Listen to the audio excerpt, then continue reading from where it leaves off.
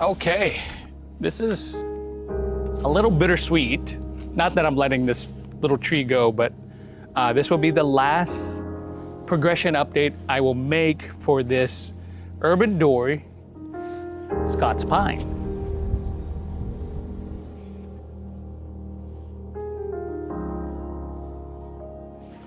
This tree is special to me. It's not the biggest tree that I own. It's not the best tree that I own. It is the first Yamadori or urban dory tree that I have ever dug out. We are in 2025. This is May 2025, and it's time to do the candle pinching again on Scots Pine. And so while I work on this tree, I actually want you to watch the story about how I came about getting this tree and turning it into a bonsai. So check that out while I do a little bit of work and do some candle cutting, pinching technically on a Scots Pine, because they are single flush trees. You don't treat them the same way as double flush trees like Japanese black pine. So yeah, watch the video. I'm gonna work on this for now.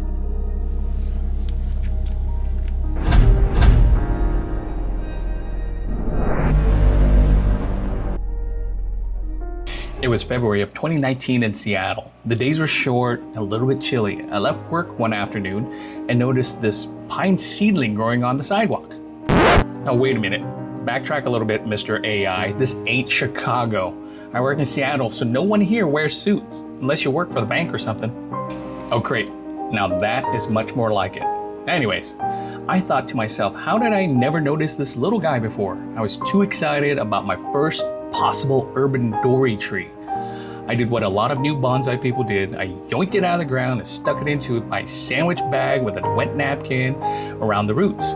That was mistake number one. I was lucky that it was still dormant since it was February, and somehow the little tree made it. Now, mistake number two was I immediately put wire on it, and even before the tree had a chance to establish its roots, it started off as a semi-cascade tree. Somehow the little guy survived, even with the improper transplanting technique. Mistake number three, I threw it into a little bonsai pot with a lot of organic soil and very little aggregates. The thought was I didn't want the roots to ever dry out. Again, the little tree survived and it continued to grow, even though the roots were really wet. I'm pretty sure I found some muted Scots Pine that had superpowers or something. It survived growing out of the sidewalk, it survived being yanked out of the ground, poor wiring, and poor soil. And somehow, the landscapers never destroyed it. So, I guess this thing was either lucky or very, very, very tough. But as the years progressed, so did my knowledge for developing single flush pines. So the tree has grown with me and taught me a lot about how Scots pines grow as bonsai. So in the next few clips, you're gonna see a progression of the Scots Pine from 2019 all the way to 2025. I hope you like it. This ugly looking pine might be a Scots Pine. One of the first trees that I did some yarded dory, it actually was growing as a seedling around my office, and somehow it escaped the landscaper's weed whacker. So I brought it home, and it hasn't grown much in this little pot, but it is healthy, and I think it's time to do some branch selection. You can kind of see here there's a lot of barbells, so I need to cut off at least 2 branches today, leave the ones for future design. I won't do it today, but it is healthy, and I am not too concerned that anything bad will happen. Okay, so I'll definitely take off that guy. I just don't like how it barbells, and then I've kind of cranked it in a way that looks really ugly. And there's a couple parallel branches here that I don't like. What to keep, what to keep. Probably cut this one and just keep that one.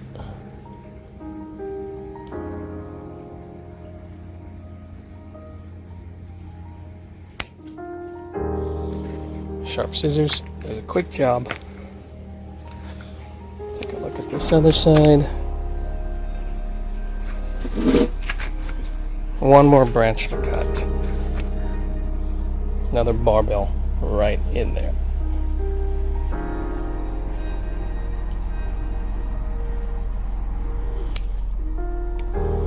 Okay, that is it. The tree already feels a lot less cluttered. And I'm just gonna leave this guy alone. It's already got this weird crazy bend that I put into it a couple years ago. And let's see what happens.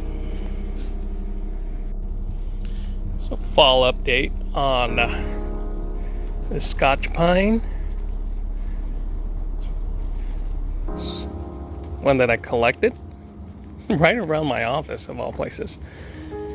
So yeah, it's coming along. It was very leggy, but you know, it's doing its thing, and I don't know. We'll see what it'll turn out to be. I think it's kind of a cute little bonsai, and you know, you always keep the first thing you create, so we'll see what it'll be. In front of my office, of all places, there was the mother tree, pine tree, that basically dropped the seeds, and this was one of the few that kind of survived. So I rescued it from being pulled out by the landscaper, and put into a pot, and have been working it as a bonsai for the last, I don't know, I would say 4 to 5 years. Yeah, somewhere around there. And this year it's really kind of taken shape. I don't love what's happening right here, where I have like this dead straight trunk, so I will probably give it a little bit more of a bend, while it's still kind of soft and pliable. And it's ramifying a ton. You can see all the new candles here. And I would never sell this tree. I had somebody come over, ask if I could sell this tree, and I have probably about 3 or 4 others like it. I had to tell them no, because this is my baby tree. This is kind of like when you go fishing and then you catch your first fish, you keep that one no matter what. So yeah, this is my baby tree, because I've had it in the pot. The bark is starting to develop. You can see here it's more young growth. Down here it's barking up a little bit sooner. But overall, I'm really happy with it, and I like playing around with it. So yeah, we'll follow this tree throughout the course of its life, see what it turns into. Yeah, I am somehow bound to this tree to keep it forever. You might be able to get multi-flushes on it, depending on, you know, how healthy it is, how much you've been fertilizing, and even where it's growing, if you have a long enough season. So that's a different discussion. So that's about it. I mean, I'm just evening out the candles on this thing, and then we'll keep following and working this tree until it turns into something. I've changed kind of the angle, I've changed the shape, changed the bends on this thing multiple times, and it may go through some more iterations before I'm completely happy with what the final tree will look like. So yeah, that's it. All right, so this is my first ever collected pine tree. And when I got it, it was this little skinny seedling that I pulled out of the ground. Grew from seed from one of the pine trees that was around my office space, of all places. And I decided, hey, I'm gonna yank it out and bring it home and turn it into a bonsai, and here it is. It's candle cutting season, so I need to take this thing back. To get these to ramify, you have to use proper technique, right? And proper technique is to go around and basically you're doing candle pinching, as in the same way you would do Japanese black pine in the April time frame if you're here in the Pacific Northwest, maybe a little bit earlier in the warmer climates like California. But I'm going back down to about 2 layers of needles on the candle, so that way I can get shorter internodes. And this will also induce some back budding on the tree.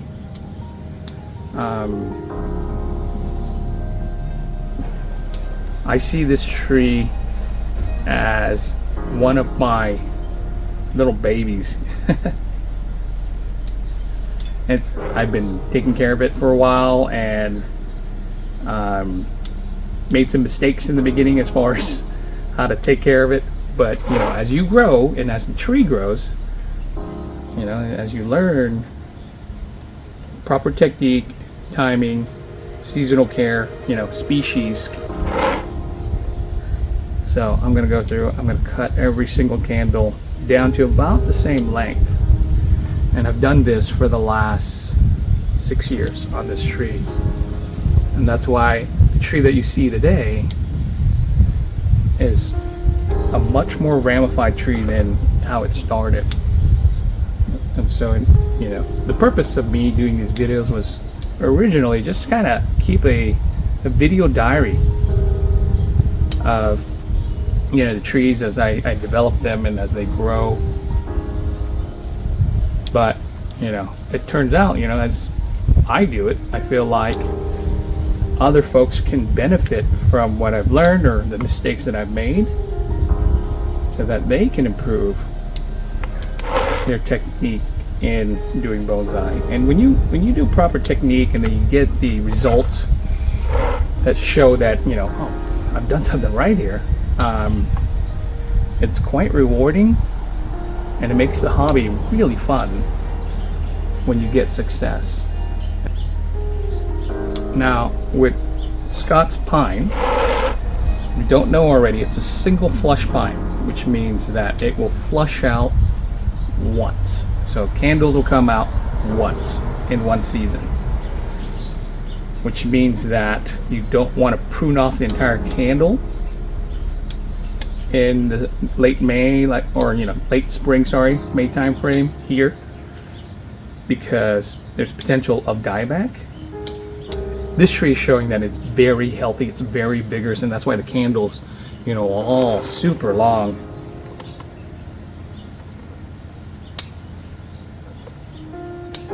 So this type of work is basically the kind of post-growth management that you would do on a double flush pine. So you're doing in late spring what you would do in fall for double flush pines. Does that make sense? Because with Japanese black pine, you can do the candle pinch in spring and then candle cut towards the beginning of summer or late spring, depending on where you're at. And then branch selection in the fall time frame.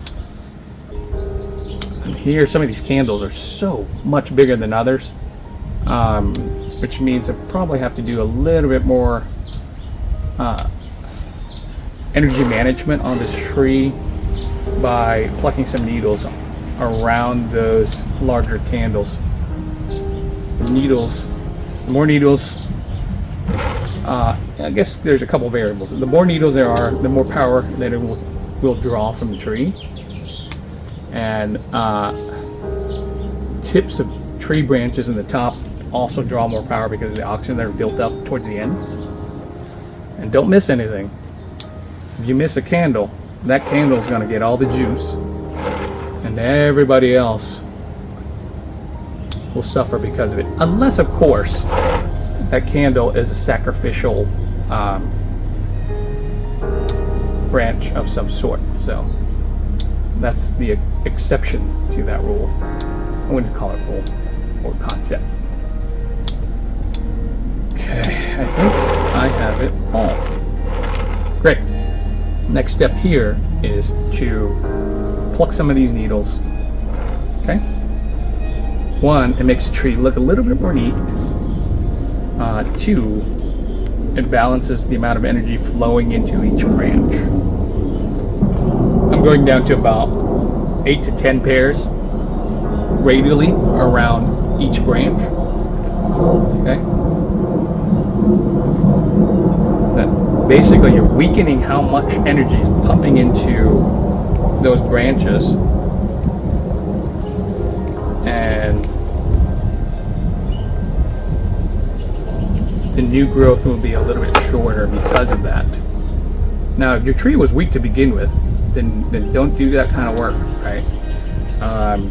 The old idea in the past used to be to deprive your tree of nutrients and water and pot size so that everything will grow smaller. But deprivation is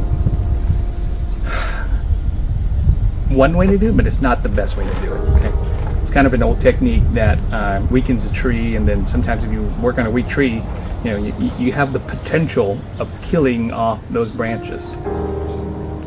So, yeah, not good. And I'm going to kind of do some needle cutting because this is not going into any show anytime soon, but I do want the needles to have a similar length, so that way it draws a similar amount of power and kind of aesthetically looks a little bit better too, until you get the brown tips, that is.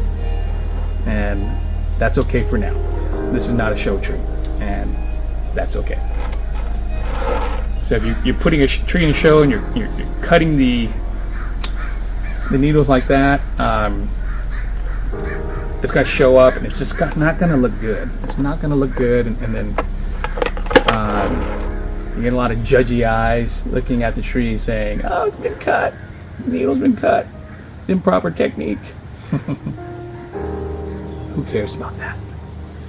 Yeah, don't scoff at little seedlings like this. I actually bought about 100 of these little Scots Pine seedlings, and so I'm developing them as pre-bonsai and giving them twists and turns, and I'll put them up on Etsy when they're ready, or my kind of Facebook page where I do just small limited amount of sales. I'm not a nursery.